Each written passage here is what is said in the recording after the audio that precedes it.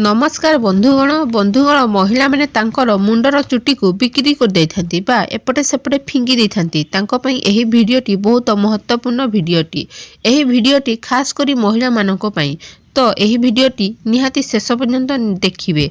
बंधुगण महिला मानकर लंबा चुटी तांकर सुंदरता और स्वाभाविकर प्रतीक अटे।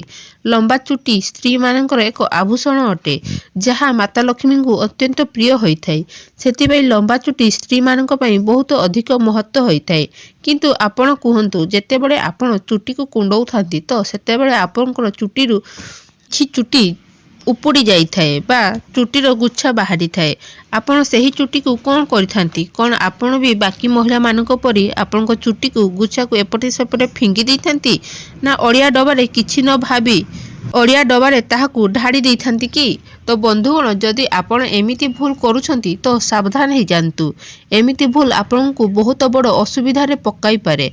आपनको जीवन रे आसुथिबा असुविधा को आपण निजे डाकुछंती। एहा द्वारा आपनको ऊपर आहुरी बेसी संकट को आपण निजे डाकी आउछंती। आपनको शारीरिक बा स्वास्थ्य भल नाही कि बा आपनको केबे केबे एमिति लागे जेपरी आपनको ऊपर किए तंत्र मंत्र करि दैछंती कि आपण को भी नकारात्मक शक्तिर भस्म कर दैछंती कि? तो बंधुगण चलंतु जानिबा गुरुजी कौन कहते एहा बाबद रे। बंधुगण जदि आपण को भी बारंबार क्रोध आसुथाए आपण को भी सब बेले राग लागुथाए आपण को सब बेले चिड़चिड़ा लगे मानसिक असुविधा आपण अछंती तो बंधुगण एहा पछरे आपणकर मुंडर चुटी रो गुच्छा होइथाए।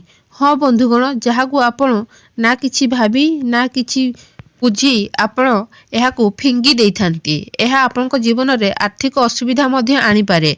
तंत्र शास्त्र अनुसार जो महिला फिंडी जाइथिबा चुटी को एपटे सेपटे फिंगी देई थाए तो सही महिला मानक जीवन रे बहुत बेसी असुविधा आसी थाए और एमिति महिला माने सब बेले नकारात्मक शक्तिर प्रभाव रे रही थांती। तो बंधुगण सही चुटी को आपण करिवे कौन? आपणक मन रे मध्य एही प्रश्न अवश्य आसुथिबो। तो आजिर एही वीडियो रे आमे आपणकू कहिबु जे छिंडी जाइथिबा चुटी को आपण करिवे कौन? सही चुटी को केउठी फिंगिबे कौन तांकर करिवे ठीक ना भूल जहा सबु कथार उत्तर जानिबा पई हेले एही वीडियो को निहाती पूरा देखिबे। बंधुगण हिंदू धर्म रे प्राचीन ग्रंथ रे सामुद्रिक शास्त्र रे महिला मानक चुटी सहित संबंधित महत्वपूर्ण कथा जानिबा।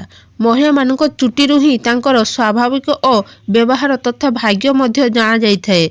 स्त्री मानक चुटी को देखि आपण जानि परिबे जे स्त्री रो आचरण केमिति होई थाए। सामुद्रिक शास्त्र अनुसार जेउ महिलांकर मथारे लंबा चुटी थाए तो सही महिला बहुत भाग्यशाली होई थाए। ता सहित तांकर चुटी लंबा थाए तो से साक्षात माता लक्ष्मी को स्वरूप होई थांती। महिलांकर लंबा चुटी तांकर सुंदरता को चार चांद लगई देई थाए। जे महिलांकर चुटी लंबा थाए बा चुटी घन थाए सही महिला मानक ऊपरे माता लक्ष्मींकर विशेष कृपा रही थाए। एमिति महिला तांको जीवन रे सब प्रकार सुख शांति प्राप्ति करिथांती। किंतु महिला मानक निजर चुटी सहित संबंधित महत्वपूर्ण कथा गुड़िक निहाती जानिबा दरकार। शास्त्र अनुसार महिला माने सब बेले तांकर चुटी को नहीं किछि भूल करिथांती जहार अशुभ परिमाण भोग करने को पड़ी थाए। जेमिति महिला को यह जानी नथिबे कि तांकर निजर चुटी को केउ दिन धोइबे एवं केउ दिन धोइबे नाही। ता सहित महिला चुटी काटिबा संबोधन रे मध्य कहा जाइछि। सेमानंको तांकर चुटी को कौ दिन काटिबा दरकार बा कौ दिन काटिबे नाही और केउ दिन काटिबे नाही सेही एहा सहित संबंधित नियम गुड़िक मध्य पालन मध्य करिबा दरकार महिला मानंकू नहले एहार अशुभ प्रभाव पड़ी थाए। शास्त्र रे एहा महिला मानंको मान्यता अछि जे हप्ताहर किछि दिन रे महिला को निजर चुटी धोइबे नाही और काटिबे नाही। एहा तांको पई एवं तांकर परिवार पई यह उचित होई न थाए। आपण सबु बेले आप लोक माननकू कहिबार सुनिथिबे जे महिला माननकू मंगलवार गुरुवार और शनिवार दिन चुटी धोइबा पई मना करा जाई थाए।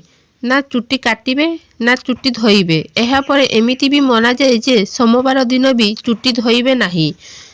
बंधुगण मासर किछि खास तिथि दिन रे मध्य चुटी धोइबा मना जाइछि। जेपरी अमावास्या पूर्णिमा एकादशी आदि दिन रे मध्य महिला माननकू चुटी धोइबा बा काटिबा मना जाई थाए। काहेकि ना एही दिन रे चंद्रमा उच्च नीच स्थिति रे रही थांती। ଓ ଏହାର ପ୍ରଭାବ ମହିଳାମାନଙ୍କର ମସ୍ତିଷ୍କ ଉପରେ ପ୍ରଭାବିତ କରିଥାଏ। ନା କେବଳ ତାଙ୍କର ସ୍ୱାସ୍ଥ୍ୟକୁ ପ୍ରଭାବିତ କରିଥାଏ, ଏହାର ଅଶୁଭ ପ୍ରଭାବ ତାଙ୍କର ସଂସାର ଉପରେ ମଧ୍ୟ ପଡ଼ିଥାଏ। ବନ୍ଧୁଗଣ, ଗୁରୁଜୀଙ୍କ ଅନୁସାରେ ସୋମବାର ଦିନ ସଧବା ମହିଳାମାନଙ୍କର ଚୁଟି ଧୋଇବା ବା କାଟିବାକୁ ମନା କରାଯାଇଛି। କାହିଁକି ନା ଏହାଦ୍ୱାରା ତାଙ୍କର ସ୍ୱାମୀଙ୍କର ଉନ୍ନତିରେ ବାଧା ସୃଷ୍ଟି ହୋଇଥାଏ, ତାଙ୍କର ଉନ୍ନତି ହୋଇନଥାଏ। ସେହିପରି ମଙ୍ଗଳବାର ଦିନ ଯଦି ସଧବା ମହିଳା ଚୁଟି ଧୋଇଥାଏ ତ ତାଙ୍କର କୁଣ୍ଡଳୀରେ ମଙ୍ଗଳ ଗ୍ରହ କମଜୋର ହୋଇଯାଇଥାଏ। ଏହାଦ୍ୱାରା ତାଙ୍କର ମଙ୍ଗଳ ଗ୍ରହ ସହିତ ସମ୍ବନ୍ଧିତ ଅସୁବିଧାକୁ ସମ୍ମୁଖୀନ କରିବାକୁ ପଡ଼ିଥାଏ। ଯେପରି ଘରେ କଳି ଝଗଡ଼ା, ଯଦି ମଙ୍ଗଳବାର ଦିନ ଚୁଟି କଟାଯାଏ ବା ଚୁଟିକୁ ଏପଟେ ସେପଟେ ଫିଙ୍ଗାଯାଏ ନାହିଁ। ଯେଉଁ ମହିଳାଙ୍କର ଛୋଟ ବା ବଡ଼ ଭାଇ ଥାଏ, ଏମିତି ମହିଳାଙ୍କୁ ମଙ୍ଗଳବାର ଦିନ ନିଜର ଚୁଟି ଧୋଇବେ ନାହିଁ। କାହିଁକି ନା ମଙ୍ଗଳ ଗ୍ରହ ସମ୍ବନ୍ଧିତ ଭାଇ ଭଉଣୀଙ୍କର ସମ୍ପର୍କରେ ରହିଥାଏ। ଯେଉଁ ମହିଳାମାନେ ମଙ୍ଗଳବାର ଦିନ ଓ ସୋମବାର ଦିନ ନିଜର ଚୁଟିକୁ ଧୋଇଥାନ୍ତି, ଏମିତି ମହିଳାମାନଙ୍କର ଭାଇଙ୍କୁ ଜୀବନରେ ଅସୁବିଧା ଆସିପାରେ। ବୁଧବାର ଦିନ ଚୁଟି ଧୋଇବା ଶୁଭ ମନାଯାଇଥାଏ। ଏହା ଧନ ସମ୍ପତ୍ତିର ସମୃଦ୍ଧି ହୋଇଥାଏ, ଘରେ ସୁଖ ଶାନ୍ତି ସମୃଦ୍ଧି ଓ ବେପାରରେ ବୃଦ୍ଧି ହୋଇଥାଏ। ଗୁରୁବାର ଦିନ ସ୍ତ୍ରୀମାନେ ଓ ପୁରୁଷମାନେ ବି ଚୁଟି କାଟିବେ ନାହିଁ। କୁହାଯାଏ ଯେ ଗୁରୁବାର ଦିନ ଚୁଟି ଧୋଇଲେ ଘରେ ଦାରିଦ୍ର୍ୟତା ଆସିଥାଏ, ଆର୍ଥିକ ସ୍ଥିତି ଧୀରେ ଧୀରେ କମିଯାଇଥାଏ, ଧନ ହାନି ହେବାର ସମ୍ମୁଖୀନ କରିବାକୁ ପଡ଼ିଥାଏ ଓ ଗୁରୁ କମଜୋର ହେବାର କାରଣରୁ ଆପଣଙ୍କର ଧନ ସମ୍ପତ୍ତି ମଧ୍ୟ ନଷ୍ଟ ହୋଇଯାଇଥାଏ। ଗୁରୁ ଯେତେବେଳେ କମଜୋର ହୋଇଯାଇଥାଏ, ରାଜା ମଧ୍ୟ ଭିକାରୀ ହୋଇଯାଇଥାଏ। ଶୁକ୍ରବାର ଦିନ ଚୁଟି ଧୋଇଲେ ଓ ଚୁଟି କଟାଯାଏ ଅତ୍ୟନ୍ତ ଶୁଭ ମନାଯାଇଥାଏ। ଏହା ମା ଲକ୍ଷ୍ମୀଙ୍କର ଦିନ ହୋଇଥାଏ। ଏହି ଦିନ ଚୁଟି ଧୋଇଲେ ମା ଲକ୍ଷ୍ମୀଙ୍କର କୃପା ପାଇପାରିବେ। ଯଦି ଏହି ଦିନ ମହିଳାମାନେ ତାଙ୍କର ମଥାର ଚୁଟିକୁ କାଟିଥାନ୍ତି ଓ ସେହି ଚୁଟିକୁ ଏପଟେ ସେପଟେ ଫିଙ୍ଗିବେ ନାହିଁ, ଏମିତି କରିଲେ ଧନର ହାନି ହୋଇଥାଏ। ଯଦି ଶୁକ୍ରବାର ଦିନ ଚୁଟି ଧୋଇବେ ତ ଶୁକ୍ରଦେବ ମଧ୍ୟ ପ୍ରସନ୍ନ ହୋଇଥାନ୍ତି। ଏହାଦ୍ୱାରା ଆପଣଙ୍କ ଘରେ ଧନ ସମ୍ପତ୍ତି ମାନ ସମ୍ମାନ ମଧ୍ୟ ସିଦ୍ଧି ହୋଇଥାଏ। କିନ୍ତୁ ଶନିବାର ଓ ରବିବାର ଦିନ ମହିଳାମାନଙ୍କୁ ନିଜର ଚୁଟି ଭୁଲରେ ବି ଧୋଇବେ ନାହିଁ। କିଛି ମହିଳା ଅଛନ୍ତି ରବିବାର ଛୁଟି ଦିନ ବୋଲି ରବିବାର ଦିନ ଚୁଟିକୁ ଧୋଇଥାନ୍ତି, କିନ୍ତୁ ଏମିତି କରିବେ ନାହିଁ। ଏହାଦ୍ୱାରା ଆପଣଙ୍କ କୁଣ୍ଡଳୀରେ ଶନି, ରାହୁ ଓ କେତୁ କମଜୋର ହୋଇଯାଇଥାନ୍ତି, ଯାହାଫଳରେ ଆପଣଙ୍କ ଜୀବନରେ ଶାରୀରିକ, ମାନସିକ ଓ ଆର୍ଥିକ ସ୍ଥିତି ବହୁତ ପ୍ରକାରର ଅସୁବିଧାକୁ ଆପଣଙ୍କ ଜୀବନକୁ ଆସିଥାଏ। ଏହା ସହିତ ଅମାବାସ୍ୟା, ପୂର୍ଣ୍ଣିମା ଓ ଏକାଦଶୀ ଦିନ ବି ଚୁଟି ଧୋଇବା ପାଇଁ ଗୁରୁଜୀ ମନା କରିଛନ୍ତି। କାହିଁକି ନା ଏହି ଦିନ ଚୁଟି ଧୋଇଲେ ଅଶୁଭ ପରିମାଣ ପ୍ରାପ୍ତି ହୋଇଥାଏ।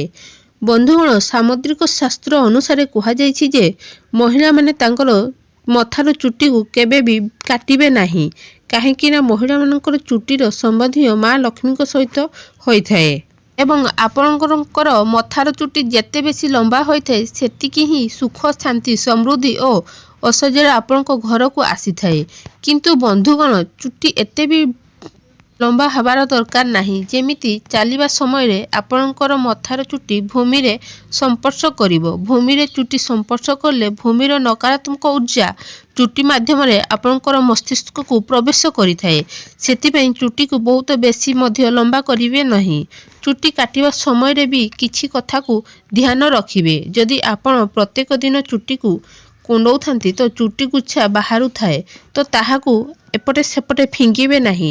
ଏହା କୌଣସି ଲୋକଙ୍କ ଗୋଡ଼ରେ ବାଜିବାକୁ ଦେବେ ନାହିଁ, ନା ଆପଣଙ୍କର ଚୁଟିକୁ କେଉଁଠି ଛାଡ଼ିବେ ନାହିଁ। ପ୍ରତ୍ୟେକ ଦିନ ଚୁଟି କୁଣ୍ଡେଇବା ସମୟରେ ଚୁଟିର ଗୁଚ୍ଛାକୁ ବାହାରିଥିବା ଓ ମହିଳାମାନେ ବିନା କିଛି ଭାବି ସେହି ଚୁଟିକୁ କୌଣସି ଜାଗାରେ ଫିଙ୍ଗି ଦେଇଥାନ୍ତି ଏବଂ କିଛି ମହିଳା ଅଛନ୍ତି ଏହାକୁ ଗୋଟେଇ ନେଇ ଗୋଟେ ଜାଗାରେ ଜମା କରି ରଖିଥାନ୍ତି ଓ କୌଣସି ଦିନ ସେହି ଚୁଟିକୁ ବିକ୍ରି କରିଦେଇଥାନ୍ତି। କିନ୍ତୁ ଏମିତି ଭୁଲ କରିବେ ନାହିଁ। ମହିଳାଙ୍କୁ ଏହି କଥା ଜାଣିବା ବହୁତ ଆବଶ୍ୟକ। ମହିଳାମାନଙ୍କର ଚୁଟିରୁ ତନ୍ତ୍ରଶାସ୍ତ୍ର କରାଯାଇଥାଏ ଏବଂ ଯେଉଁ ମହିଳାମାନେ ତାଙ୍କର ଚୁଟିକୁ ଏପଟେ ସେପଟେ ଫିଙ୍ଗି ଦେଇଥାନ୍ତି ଓ ତାଙ୍କର ଚୁଟିକୁ ଯେକୌଣସି ଲୋକ ପାଇଯାଇଥାନ୍ତି, ତ ସେହି ଲୋକ ସେହି ଚୁଟିକୁ ନେଇ ଦୁରୁପାୟ କରିଥାଏ। ତାପରେ ଏମିତି ଚୁଟିରୁ ନକାରାତ୍ମକ ଶକ୍ତି ମଧ୍ୟ ଆକର୍ଷିତ ହୋଇଥାଏ, ଯାହାଫଳରେ ନକାରାତ୍ମକ ପ୍ରଭାବ ସେହି ମହିଳାଙ୍କ ଜୀବନ ଉପରେ ପଡ଼ିଥାଏ।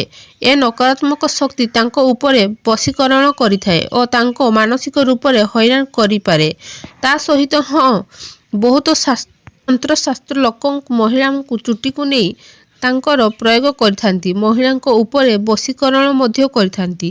ତା ସହିତ ତାନ୍ତ୍ରିକ ଲୋକମାନେ ତାଙ୍କର ତନ୍ତ୍ରଶାସ୍ତ୍ରରେ ଶକ୍ତି ସିଦ୍ଧି କରିବା ପାଇଁ ମହିଳାଙ୍କର ଚୁଟିକୁ ବ୍ୟବହାର କରିଥାନ୍ତି। ଯଦି ଆପଣ ଆପଣଙ୍କର ଚୁଟିକୁ ସଜାଡ଼ିବା ସମୟରେ ଯଦି ଆପଣଙ୍କର ଚୁଟି ଝଡ଼ିବ ବା ଛିଣ୍ଡିଯାଏ ତ ସେହି ଚୁଟି ଏପଟେ ସେପଟେ ଫିଙ୍ଗିବେ ନାହିଁ। ଆଉ ବନ୍ଧୁଗଣ, ଯଦି ଚୁଟି କାଟିବା ସମୟରେ ମହିଳାଙ୍କୁ ଚେଷ୍ଟା କରିବେ ସେହି ଚୁଟିକୁ ଆପଣ ଗୋଟିଏ ଜାଗାରେ ଏକାଠି କରି ମାଟିରେ ପୋତି ଦିଅନ୍ତୁ।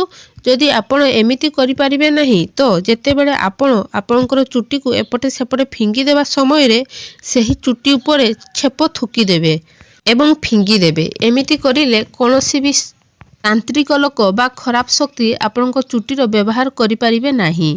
ତ ବନ୍ଧୁଗଣ, ଯଦି ଆମ ଭିଡ଼ିଓଟି ଆପଣଙ୍କୁ ଭଲ ଲାଗିଲା ତାହେଲେ କମେଣ୍ଟ ବକ୍ସରେ ନିହାତି ଲେଖିବେ ଜୟ ମା ଲକ୍ଷ୍ମୀ। ଯଦି ଆପଣ ଆମ ଭିଡ଼ିଓକୁ ଏପର୍ଯ୍ୟନ୍ତ ଲାଇକ୍ କରିନାହାନ୍ତି ତ ନିହାତି ଲାଇକ୍ କରିଦେବେ।